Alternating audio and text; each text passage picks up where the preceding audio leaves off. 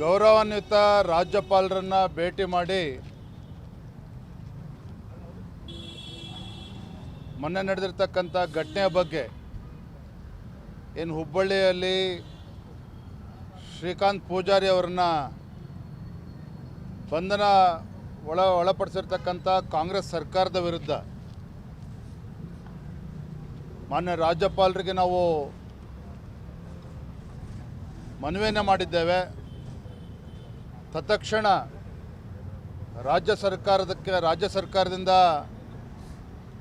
ವಿವರವನ್ನು ಪಡೆದುಕೊಳ್ಬೇಕು.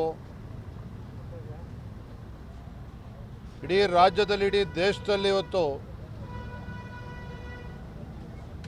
ರಾಮ ಜಪ ನಡೀತಾ ಇರ್ತಕ್ಕಂಥ ಸಂದರ್ಭದಲ್ಲಿ ಜನವರಿ 22ರಂದು ಲೋಕಾರ್ಪಣೆಗೊಳ್ತಾ ಇರ್ತಕ್ಕಂಥ ಭಗವಾನ್ ಶ್ರೀ ರಾಮಚಂದ್ರನ ಒಂದು ವಾತಾವರಣವನ್ನು ಇಡೀ ರಾಜ್ಯದಲ್ಲಿ ದೇಶದಲ್ಲಿ ನೋಡ್ತಾ ಇದ್ದೇವೆ. ಇಂಥ ಸಂದರ್ಭದಲ್ಲಿ ಈ ಒಂದು ರಾಜ್ಯ ಸರ್ಕಾರದ ನಡವಳಿಕೆ, ಮಾನ್ಯ ಮುಖ್ಯಮಂತ್ರಿಗಳು ಕಾಂಗ್ರೆಸ್ ಸರ್ಕಾರದ ನಡವಳಿಕೆ ಇದು ಅನುಮಾನ ತರಿಸ್ತಾ ಇದೆ. ಎಲ್ಲೋ ಒಂದು ಕಡೆ ಇವರು ಹಿಂದೂ ವಿರೋಧಿ ನಿಲುವನ್ನು ತಳೆದಿರ್ತಕ್ಕಂಥ ಕಾಂಗ್ರೆಸ್ ಸರ್ಕಾರ ರಾಮ ಭಕ್ತರ ವಿರುದ್ಧ